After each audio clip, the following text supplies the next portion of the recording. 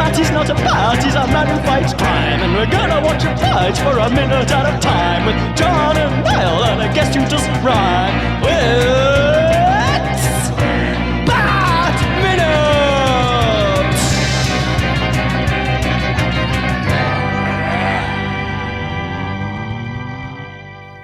Hello, everyone, and welcome once again to Bat Minutes and Robin. This is the podcast where we dive headfirst into the gloopy mess that is Joel Schumacher's Batman and Robin, or Mr. Peace, some might say. Oh.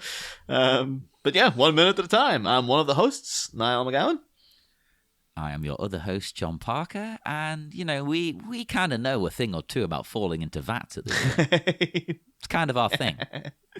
But joining us for that is a guy you heard in the last minutes, slinging his way alternately in from New York, from Middle England, or from back in time. It is Minutes by Minutes host and franchiseography host, Scott Carelli. Hi. Hey. Thanks for coming back, Scott. Of course. Yeah. We might as well dive on. As Dick Grayson will do some diving headfirst into things this minute, we might as well do it ourselves here. This is minute 80 of Batman and Robin, which begins with a Dick blocking, and it ends a minute later with some distinctive walking. So, but not that almost walking. No, it's. I was going to say, back. it sounds like you meant Chris. It's me, the resurrected corpse of Max Schreck. I'm here. My real question here, guys, is you bring Poison Ivy into this, and you're telling me no one thought to bring Nox into this movie? Come on. Like, Nox interacting with Poison Ivy would have been a thing to behold. Oh, seeing him be all kind of hot under the collar. Yeah. Being all, he was like a gibbering wreck in front of bumbling. Vicky Vale half the time. So, Jesus Christ, the guy would just be like literally quivering on the floor. I know. Well, aren't we all? I am. Especially in this scene. We're going to talk about it, but that little sexy walk. Oh, yeah. Oh, that whole scene is actually really, really terrific for what it is. But yeah, we come in here though where we left off last minute, where Batman's now Poison Ivy is hoping that Dick will hold her, thrill her, kill, kiss her, not kill her, of course, but everything. She might kill him. Kiss me, kill you. Maybe that's her twist. But and yeah, Batman, stop, don't kiss her, and he runs up and starts explaining, which seems to be very basic information about, like, consider what we know so far. And this weirdly ties back into a point I've had about Dick Grayson, this iteration of Dick Grayson, from, forever onwards, where, like, he serves no real purpose a lot of the time. He's just kind of there because they just decided they wanted to have Robin. Like, him being part of Batman Forever didn't thematically link in a lot of the story and stuff. And even plot-wise didn't link in a lot of the story beyond adding like an extra 30 minutes to the runtime or whatever. And I remember saying in that last movie, you could have had a whole thing where there's a big scene at the end where Dick Grayson leaves Wayne Mansion. And, then he obviously comes back at the end. They have a big scene. They go to Claw Island, get instantly captured. And he's just more of a, he's more of a pain in Batman's ass, really, because now he has to rescue both Chase and Robin. That's all he is the entire time, a nuisance. Yeah, but I think I said when, in that scene, great scene as it is, but when Bruce Wayne is figuring out the riddles, surely, like, it would give Dick Grayson something to do if he came back in that scene. And it would be like Bruce is so intellectual and he's so like can't see the forest for the trees. He's looking into like these numbers must be coordinates and it has to be something really, really complicated. And then Dick Grayson will be like, well, I used to do puzzles with my brother when I was in the circus. What if it's just letters of the alphabet or something? And that then would have been great. And he's just instantly like, well, that's MRE, Mr. E. And then Bruce is like, Mr. E. Enigma, and then they both go like, and you can even have Dick do the fist into the palm like Edward Nygma, like the '60s show, if you wanted to get really cute with it and stuff. Yeah, but then that would work. because, this version of the character is a mixture of Dick Grayson, classic comics character, a bit of the surliness and the street smarts of Jason Todd. But the Robin in the comics at this point was Tim Drake, who was like the great detective Robin. He was supposed to be the most, like, of the three of them, he's the most intellectually advanced. And, like, he's the guy who figured out who Batman was just by figuring it out rather than it falling into his lap. So if they had kept up that idea of him as a character, they had done that in the first place at all, it would have been much more impactful had Bruce had to be, like, explained to him now, like, you're the detective here. Like, can't you see? Like, consider the victim at the airport, the toxins. Like, look at what she's doing. Can't you figure this out? And Dick's just like, no, man, what the hell are you talking about? Like, it's much more of a violent, very pronounced, split in his personality and their relationship, where it's like, this guy is smart and he can work out things, but he can't see what Poison Ivy is doing to him. And therefore, therein lies the drama. Whereas what we know of him is that he's always been a surly asshole. He's always arguing with Bruce Wayne. And so him arguing about this now is just like, why do you have this idiot here, Bruce? Like, this guy has done nothing but cramp your style from day one. Like, it's... I get it. I like the way you took that, because I thought you were just going to say, why isn't it flipped? Like, why isn't it just, Robin that figures it out and Batman's enthralled? But it's like, well, because he's meant to be a young kid, isn't he? So he would fall for this woman. It makes sense. Yeah. But yeah, now you've put that spin. I was just going to ask, how old is he supposed to be in this? Well, we're still not sure. How much we figured out, wasn't he, like, it was only like a year or two after the last one? I think in the novelization it says he's been with Bruce Wayne for a couple of months, which is like, whoa. Whoa. And last time we figured out he had to be around, he was written to be around 17. Yeah. But he's clearly in his mid-20s. Yeah. I would say late 20s at this point. Oh, he probably is. Was he around this time, maybe 27? I think he's 28 by the time they made this. So, yeah, I think he should be. Like, if he was like a proper teenager where he's like having to cover up his spots and stuff when he's out in the town. Little Robin symbols all around his face to cover them up or something. Oh, that'd be cool. It's if they're just going for like full-on hormonal teenager, fair enough. But also, it just doesn't. It feels like it's just lackluster. Like, it's just so kind of like a half-assed idea of like, these two guys are fighting, and we'll get to the next couple of weeks too, where Ivy's supposed to still have some kind of a grip on Bruce as well, but you never see it. Like, he just mentions it, like, oh yeah, I want her so bad I can taste it, but that, I got over it, I guess. It's like, there's drama to be had here, man. You can do stuff with these characters, but you're just sort of like, that'll do. That's fine. Yeah, what? Well, the issue, like the argument that people always say about this movie is like the problem with it is that there's too many villains, which is, it's like, guys, that is in the list of problems that this movie has, that is not even in the top 10. But the issue isn't that there's too many villains, it's that the two villains do not complement each other in any way, like thematically or story-wise. And so what you end up doing is splitting focus so that you have to have an entire storyline dealing with Mr. Freeze and the disease and Alfred and all of that, and like Alfred's niece, all of that stuff. And then you have the Poison Ivy stuff that is completely disconnected to the other stuff. And so now you're dealing with Batman and Robin's relationship and all these things.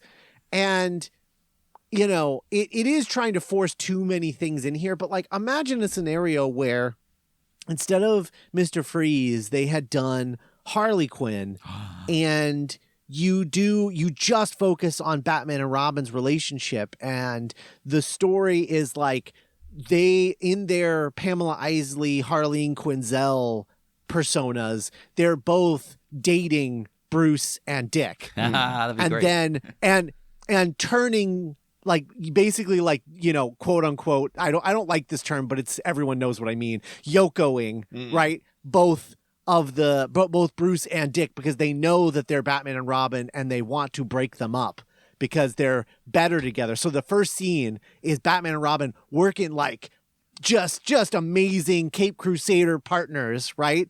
And then over the course of the movie, they tear them apart. Robin becomes Nightwing, is convinced to become Nightwing and his own hero. Both of them are worse off as a result. They almost get defeated, and then it isn't until the third act that they're like, we need to work together again. I want to watch to this defeat movie. them.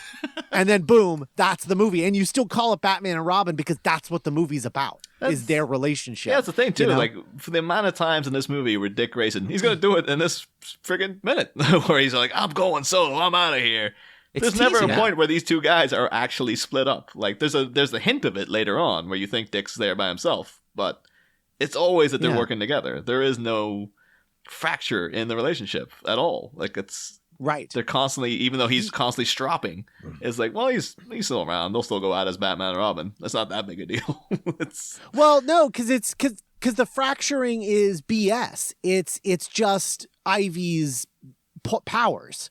So he's like pontificating on like going solo or whatever. But then as soon as the Poison Ivy stuff fades, then he's like, oh yeah, so like, I didn't mean any of those things, right? Right? Yeah. Okay, cool. We're still partners, whatever. Yeah. Like it ends up not meaning anything as a result. Whereas if you had a psychiatrist working on one of them and then Poison Ivy working on the other one, it's like they really could have torn these two guys apart in a more meaningful way.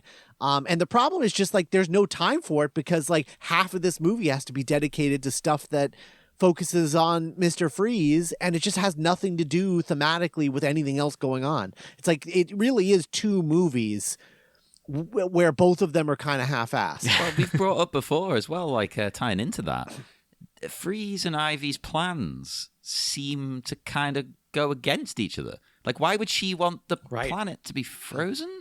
That won't help the plants. Yeah, that's not good for plants. You can't tell, when she announces that, she's like, so when he freezes everybody, are all the plants frozen too? Or are you just hoping like when the thaw happens, the humans will be dead, but the trees and stuff will still be alive? Or what's your idea? Atmosphere, like irreparably. Yes, oh no, just like yeah. I think that maybe they're like, oh, we can work with this though. Like she's plant lady, he's ice guy. We can opposites attract, right? It's like, no, man, you just sort of jam them together. Yeah, there's no. It feels like it's a studio note thing of like, okay, we need to have another like sexy lady character like Catwoman. Yeah. But then Heart of Ice won all those awards. And so Mr. Freeze is a really popular character. So we need to have that. And I feel like at a certain point, Akiva Goldsmith was just like, whatever. I just don't care at a certain point because like this movie is not what I want it to be. And like, I can't make this work. So I'm just going to do my best to just like make it passable if you squint a little, and I've done my job. And you know what? Fair enough. Yeah. It's a little thing though. It's in the novelization. I think it's in the script as well, where rather than like shout out like stop, Batman actively throws a batarang at Dick. Like apparently just a batarang hits him on the side of the face. And wow. A weird way though, it worked. Like you could have just stopped Poison Ivy altogether. Though, just Batarang comes along, just scrapes off her lips on the way past. Like that's her taken care of. It's like Batman's never thought of doing. Like, what if I just took out her lips out of the equation? Would that solve a lot of problems for me? But that would be the solution in like Gotham, the show Gotham, which is as campy as this, but with hyper violence. Yeah, added on. I think I've only got a couple episodes in, but I remember there was like a serial killer who attached people to like colorful balloons. To balloons, yeah. And then the balloons burst and they fell down. It's like it's weird that you're going for like high camp, but with like urban gritty drama.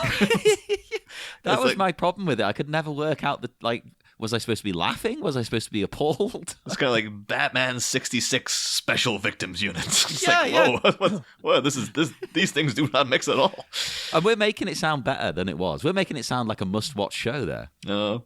I'd be curious to see, though, like if a Batarang... Because to throw a Batarang so lightly, to just tap Dick on the cheek, it would have to be like Batman's like daintily throwing it kind of half-assed. Like, and like a Frisbee. Yeah. Although it would annoy you a lot more if you got hit by a thing. It's like, come on, man. Like, that would what are you doing? Supercharge him even more. But where are we? Beginning. We're at the beginning still.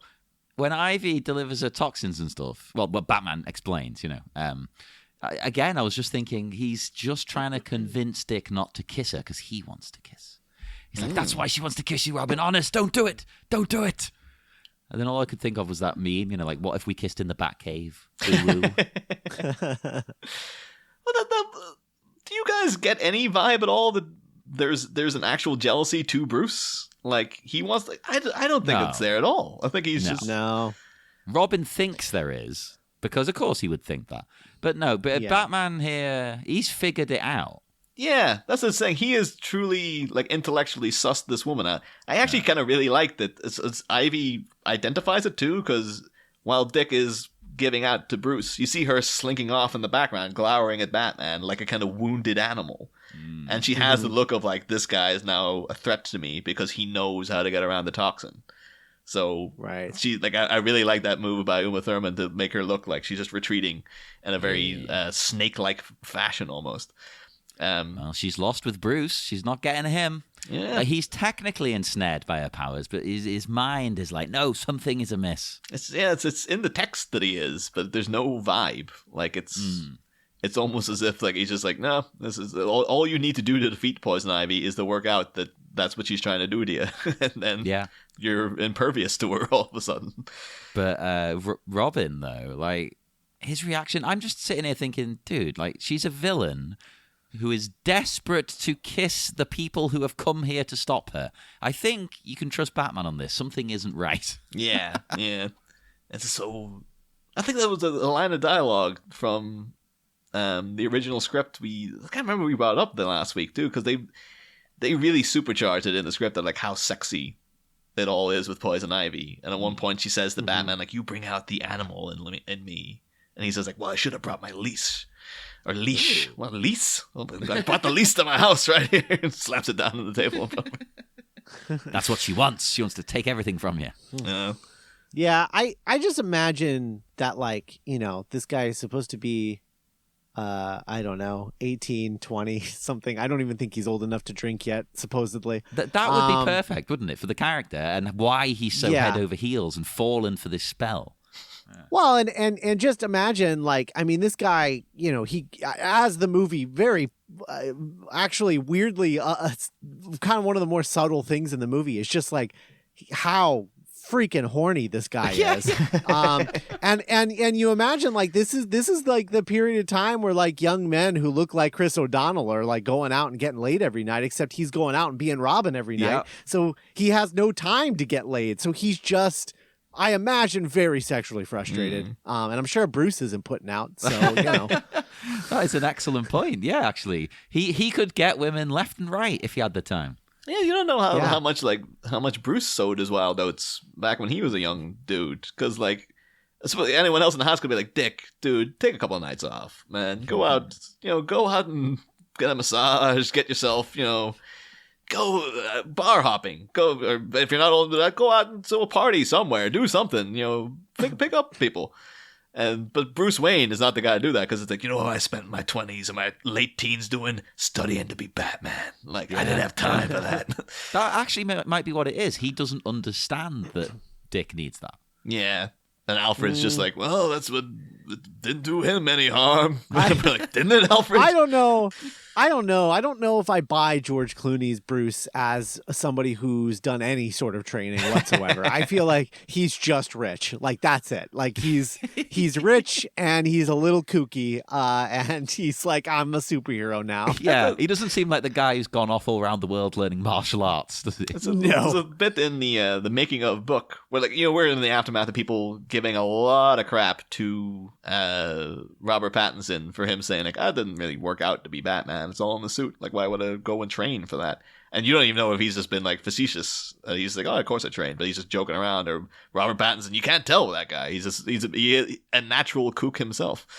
But, like, in the making of Book of Batman and Robin, they're saying, like, oh yeah, George Clooney showed up. We didn't have to put any makeup on him. He is just this good looking all the time. He's just a very handsome dude. And he was so relaxed in his workout schedule that he was just, like, biking to set every day. That was his Batman workout.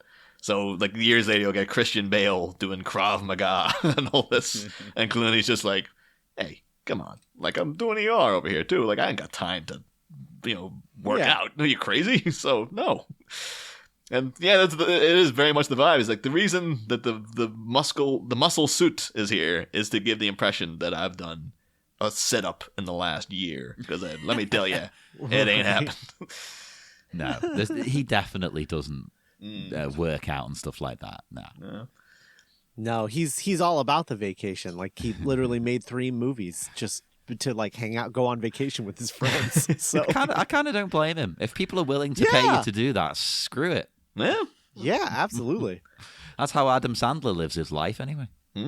Yeah, Adam Sandler and George Clooney, basically the same guy. You heard it here first. Exactly the same person. That's what we're saying. The only stress in George Clooney's life is that he's worried about the day someone will figure that out. People think I'm great, but they hate this guy for some reason. So I don't know. He's always stressing about making sure he's got his new delivery of Nespresso in. Anyway, that's why he's always having to take the bow tie, untie it. He's like, I'm too stressed. Get this thing off my neck. But of course, then we do get into a full-on shoving match between Dick and Bruce here. Well, let's say it's like a shoving match between them. It's like more Dick full-on shoving. Calling this a full-on shoving match makes it sound so much more impressive than what it actually is, which is like 2 brothers just like pushing each other while like strapped in like car seats in the back seat of the car. It's bad too, considering we know this version of Dick with Batman too was just like, it's all your fault, like in Batman Forever when he was like wailing on Val Kilmer's Bruce and he just put up his pants and he easily blocked every blow and stuff. So he must be like, you do this every couple of weeks, man. All right, just put up the hands. Okay, all right, and then light tap. Oh god, he's fallen into this ice cream, I guess. But yeah, then we get I think it's much more emphasized in the novelization that Bruce actively strikes Dick. Like he properly like full on thwacks him in the side of the head. They get him to stop. I think they're trying to play up more the idea that he is properly like aggravated by everything that's going on, including Ivy's toxin. Like not just Dick, but Bruce as well. Whereas in the movie, it just comes across like Bruce is just like, it's almost second nature to him. Like, I need to get this guy to stop. All I can do is this. Like, you know, if I saw it for a split second more, I would have figured another way to do it. But I didn't think, I thought this would be harmless. And turns out he's fallen into this big vat of, I think Joel Schumacher notes pistachio ice cream in particular. Not just any. I was going to ask, what do you think it is? Because the color's strange. Yeah, pistachio. I thought for a while, because like, this whole setup of like Mr. Freeze is hanging out in an ice cream factory, you would assume it was abandoned. And yet, there is big vats of ice cream still there, unless that was supposed to be like moldy ice cream or something. Oh. And that's why it's that color. But well, you know, it does look a bit strange. What if it turns him into an evil clown? Yeah, I was gonna say, like, I just wish after he had tossed him into there, like George Clooney was just like shook his head and was like, "Whoa, deja vu." Well, it's all Batman knows how to do, right? Throw people into chemicals. Yeah. I honestly, the thing that I don't like about this is that when he gets out of the vat, he hasn't snapped out of it. Like, I think, like, getting thrown into like a vat of like melty ice cream, I feel like that would have been enough to sort of snap him out of like this poison ivy business. That's how horny he is.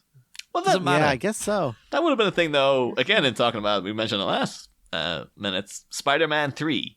Of course, Peter Parker overtaken by the black suit. The thing that snaps him out of it is him smacking Mary Jane, and that's where he goes like, this is horrible. I've gone too far. At this point, you would think Bruce should be like competitive with Dick, and he is full on like, yeah, Ivy's really, really gotten to him. And him actually smacking his partner and knocking him over would be his moment of like, oh my god, like I'm so much more in control than this.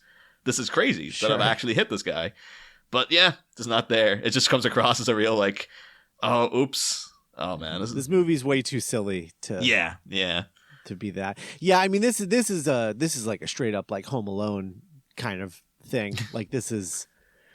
Falling into a giant vat of ice cream is just something that you could totally see happening to Daniel Stern. Yeah, or something. Oh, his reaction would be priceless as well. Yeah, the ice cream bandits. There's your episode title. Oh, he would look so cool with it all in his hair and stuff. Yeah. It did cause me, though, because it reminded me of one thing in particular. And I was like, I gotta research this, though, just for the sake of researching it. Whether Batman striking Robin is, of course, now, as a panel, an infamous meme of the, what did you get your parents for Christmas? My parents are dead! Like, that particular panel. And I was like, I don't even know where that comes from. So I've looked into it to discover where does Batman smacking Robin actually come from. That is not the speech bubbles that was actually part of the meme. Like when it first got uploaded to, I think it was like 4chan and then Tumblr. If you trace the meme, you can go back into days and dates of when that thing was first posted and stuff. But the actual comic it comes from is, it's a good one. It was like a joy to read. Oh, okay. Yeah, it's from World's Finest 153, which was published in 1965. And the story is The Clash of the Cape and the Cowl. Oh, that's a cool name. And it's actually what they call back then an imaginary story. But that just means it's an Elseworlds story. Oh, right. Yeah, I was going to say, is it like... Because I think maybe after a while people kept going like, aren't they all imaginary? And they're like, oh, for Christ's sake, fine. Yeah. But the actual story of it is like it's set in an alternate reality wherein Bruce Wayne has dedicated his whole life to killing Superman because he's convinced Superman killed his father. Oh. And yeah, it's a whole big thing of... The more when I read it too, it's like, this is kind of like a weird version of Dawn of Justice. Like, it's like a really silly version of that because Batman's whole thing is that I absolutely despise Superman and I am dedicating everything to wiping him off the face of the earth. The story is basically that he's described by Superboy way back in they have a flashback at the beginning that when Superman was young, he was Superboy. And Thomas Wayne had created a serum that would cure the effects of green kryptonite. And Superboy shows up and he's like, youthful criminal scientist Lex Luthor is trying to use green kryptonite against me. And I was like, oh, they just call him youthful criminal scientist all the time, okay? But, I've never thought of him as youthful, really. I think they're really trying to... This is him when he's young, so youthful criminal scientist. Just to really get it into your head. Yeah. But he's like, yeah, though he's trying to kill me, can you give me this? And Thomas Wayne's like, oh, well, I'm working on the serum, blah, blah, blah, blah. And later that night, doesn't give it to him straight away. Later that night, Bruce comes in, again, much like Harry Osborn, into his father's bedroom. Comes in, finds Thomas Wayne dead, and sees a blue and red blur flying out the window. So he's like, Superman killed my dad. And throughout the rest of this whole story, it's a big two-parter thing. Still becomes Batman. Still adopts Dick Grayson, and his whole thing is that he becomes like really buddy with Superman. The whole time he's like, I'm gonna kill this guy. Like I'm just trying to find the Fortress of Solitude. I'm trying to find his weaknesses and stuff. And yeah, when the panel comes up, it's like Bruce is monologuing in front of a portrait he has of Superman that he's slashed like knife strokes into because he hates. I don't know if he painted the thing himself, and now he's destroying the portrait, but it's something. And yeah, so he's going on about like how much he just wants to kill Superman, and it's the first that Dick Grayson's ever heard of this.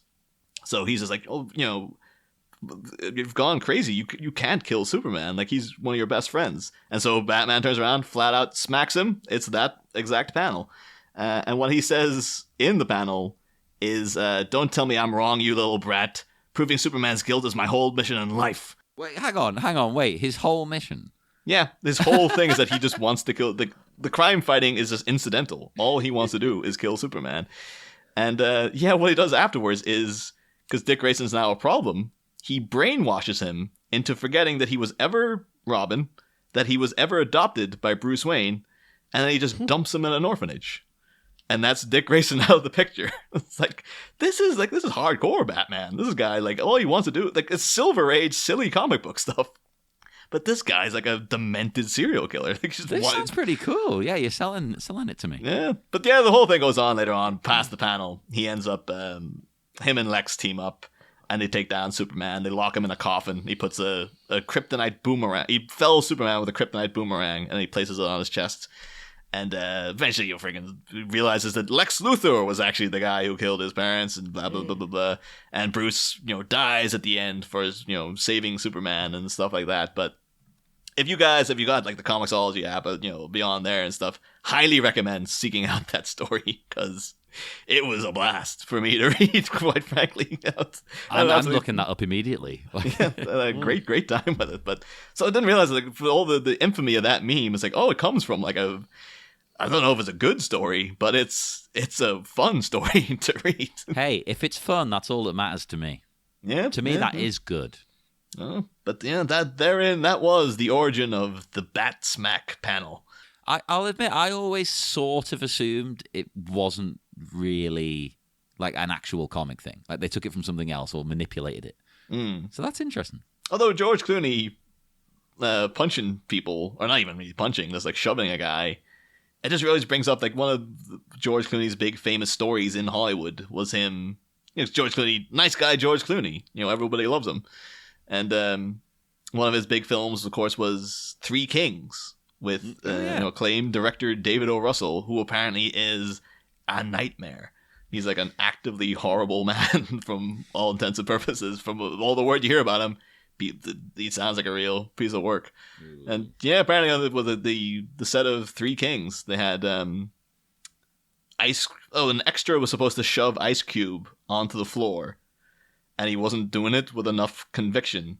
And like David Russell been abusive to everybody on the set the whole time anyway, and so he just grabbed the extra and threw him down to show him how to do it. And Clooney just erupted of like, if you're gonna pick on somebody, pick on me, this kind of thing. Ooh. And then the two of them came to act like Clooney just decked him and just came to blows and stuff. And to this day, he's still like the worst experience of my life. Hated every second of working with that man. He's a great director, but never again. The worst thing I've ever been through and stuff. Oh my God, I didn't know that at all. Yeah. But it's weird that it was George Clooney who did that because, of course, David Russell also abused the crap out of Amy Adams on the set of American Hustle until Christian Bale stepped in to tell him to stop. Had to come in and defend Amy Adams. And there's a trend. Yeah, famous clip online too of David Russell erupting on the set of I Heart Huckabees, where he's just roaring the head off Lily Tomlin, who of course was the star of The Incredible Shrinking Woman, which was Joel Schumacher's first movie. So everything's connected. Yeah, hashtag everything's connected. But I know, Scott, you work in the biz. I don't know if like you met like, David Russell's like my flatmate, man. Like you can't say that about that's my boy. What are you talking about? No, I don't know. That's the first I'm hearing of him being abusive, but that's not because it's not true. It's just because I don't really follow David O. Russell. Yeah? I guess I don't. Not a big fan. Yeah, I've only liked maybe two of his movies. What else has he done? What would I possibly like? Because I've never seen either of those. I don't think. Well, I did a couple of things. Like Three Kings, Joy. With Jennifer Lawrence, The Fighter. Yeah, that was I've never seen any of them. I know of them. Did he do he did the dancing movie too, right? Silver Linings Playbook. Yeah, Silver Linings Playbook. The rom-com that no one wants to call a rom-com. Oh, yeah, I almost watched that. that was on my list. Yeah, I think when Amy Adams was talking about her getting like just not been able to take him, she was just like, because Jennifer Lawrence has worked with him 3 times, and she has nothing but nice things to say about David Russell. But Amy Adams was like, she's just much tougher skinned than I am. He was doing the same things to her, but she was just like taking it and like been like, okay, I'll work with this. And she keeps coming back and been like, oh yeah, I'll work with that guy again, no problem. So wow. I don't know if it's just... Well, she was dating Aronofsky, so that makes a lot of sense. No, but no, there's a viral video of him erupting at Lily Tomlin. Where it's like, she's giving him crap first, but I think it's just a stressful set. And he full on does like throwing things off the table, calling her everything under the sun, walks off the set, and you can just hear him roaring in the distance. And then he appears from like a door beside her because he's walked all the way around the set roaring, and then he just appears again.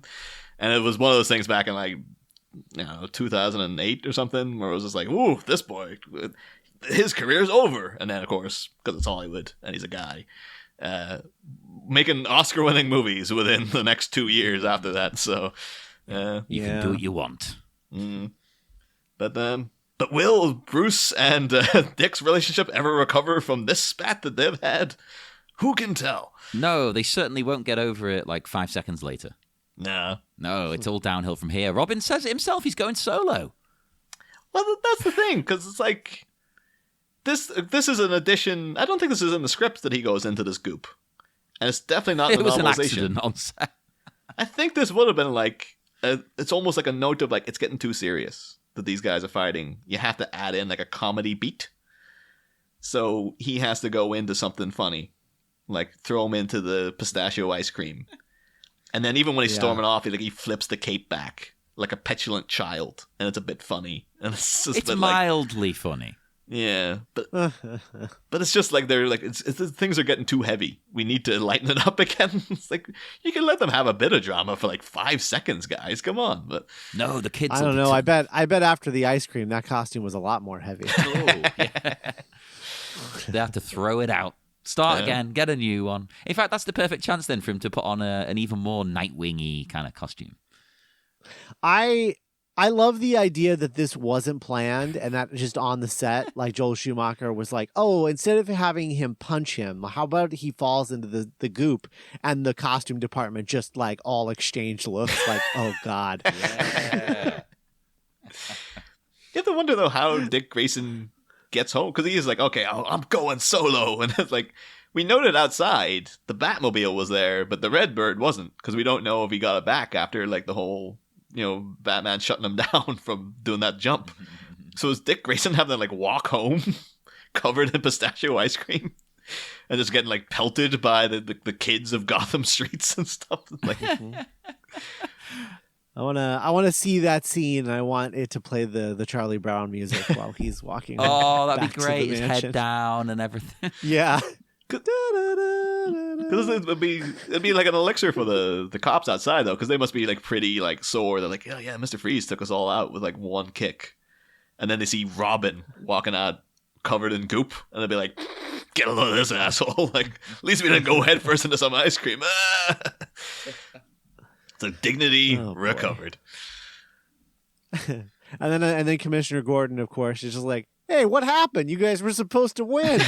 Yeah, I love It's the only reason I let you guys operate. he looks so confused. He's like, how did they get away? What's going on? It's like, hang on a minute, Gordon, it's your job to stop criminals at the end of the day. Yeah. Really, you screwed up the most here. You're not supposed to be endorsing these people. You can imagine like Batman blowing up at him and be like, oh, me? Oh, I was supposed to... You're getting up my ass about this? Yeah. You got like a fleet of people here. How the hell? Yeah, how did they get away, Jim? How did they get away? It's like Batman can't stop every criminal all the time. The police have to do something. Plus, Gordon's very defeatist attitude there. It's like, to get away, she's just up that ladder. Yeah, go after get her her, now. run. Yeah, you got the building surrounded. She hasn't got away yet. She actively, very slowly, in the closing seconds of this minute, is like taking her time to kill Norman Freeze. I think we've uncovered that this Gordon is on the take. Oh, that's why his job's never done, because his closest ally is actually like the biggest, most corrupt guy in all of Gotham. Yeah, he is the one behind it all. I just like the idea, like this happened earlier, and you guys probably talked about it when it happened then, but like just the idea that that Batman and Robin are arguing over how much money they're going to spend to like win a date with Poison Ivy, and just like not once Commissioner Gordon is like, where's all that money coming from? Yeah, wait a minute. Do I know? Are we taxing that? Does anyone know if we're taxing them? Like, just like, he's not good at his job. I don't know. I like the idea that all of Gotham is fully aware that Batman and Robin are Dick Grayson and Bruce Wayne, and just everyone has collectively decided just not to talk about it. Oh, they don't want to hurt their feelings. Just play along. Yeah, just let the rich people have their fun. It's fine. It would probably actually like behoove this version of Gordon, because he sees like he's a bit of a slacker, this guy. And you've seen at the end of Forever how desperate he was for Batman to do anything, like waiting by the signal. It could be like, oh, I know who it is, but like they do the work now. Like, if I was to go and arrest them, that would be more work for me. So, and I'm why very wouldn't lazy. I want to let these independent contractors who we don't have to pay, like they go out, they solve all the crimes for us, and they take care of everything. It's worked infallibly until now. And so he is like, hey, what the hell happened? You guys usually catch these people. What, man? Now we've got to actually work. Oh, jeez. It's like, Jim, you can send a team up to the roof there to get the. Nah, man, I'm just not in the mood for it now. That'd require lifting his radio. Yes, my guys, they're all they fell down some stairs. Like they're in no condition to go up some more stairs. Are you crazy? We'll also note too, missed opportunity because Ivy she has a little cackle, ascends this ladder, and she just says like exit Bane, which also feels very ADR'd because you don't see her. Yes. Yeah. That is 100% added later. There's no way she's done that there and then. But it strikes me though, we've talked several times about the massive Mae West influence on this version of Poison Ivy. It's basically just Mae West. Yeah, like Mae West to Lula Bankhead in one red wig, basically. And like Mae West is very, very famous for saying, "Come up and see me sometime." And the fact she's ascending a ladder and they don't have her like say to Dick Grayson, "Come up and see me sometime," as she shimmies her way up, feels like a real like, oh, come on, man. If you're gonna do it, then just do it, for Christ's sake. But and Schumacher's still like, nah, too on the nose. We might have to pay like Mae West's people if we did that, or I don't know if she owns that phrase, or we can't make it too overt, I suppose. But I do feel a little bit bad too for Chris O'Donnell in this scenario of like, it just been judged, you have to go into this goop, and this is the guy who ended up not doing Men in Black, where he would have been constantly covered in goop with with Tommy Lee Jones. Yeah. So he might have been like, oh, at least I dodged that bullet. I didn't have to get covered in any random crap. Wow. Like, no. Sorry, Chris. It's barreling its way towards you, man. Plus, this is the 90s. It's an era where all children's television had people getting covered in like gunge and stuff, and like. Yeah. It was a real era of gunge. Maybe kids need to rediscover the joy of gunge. They do. That's what they're missing out on. That's why kids are roaming the streets. Yeah, the entire television show is based around the concept of dumping people in gunge. Yeah. They're all just lying gathering dust now. That's where society went wrong, when we moved away from that. In fact, that would solve all the crime in Gotham. Just get more tanks like this around. I do also like, too, the idea that, like... So I guess this is still a functioning ice cream factory. That, like, they're still making the stuff. Like, it's not abandoned, so... Is Misbehavin', like, Vivica A. Fox... Maybe she's like the manager of the ice cream factory. Like the scene in the background of like her in a business suit getting like taken out in handcuffs and stuff. Like, no. Yeah, are all the henchmen just like factory employees that he's just like, hey, I've improved all of your health insurance. I'm your new boss. Yeah, maybe he's doing really good work.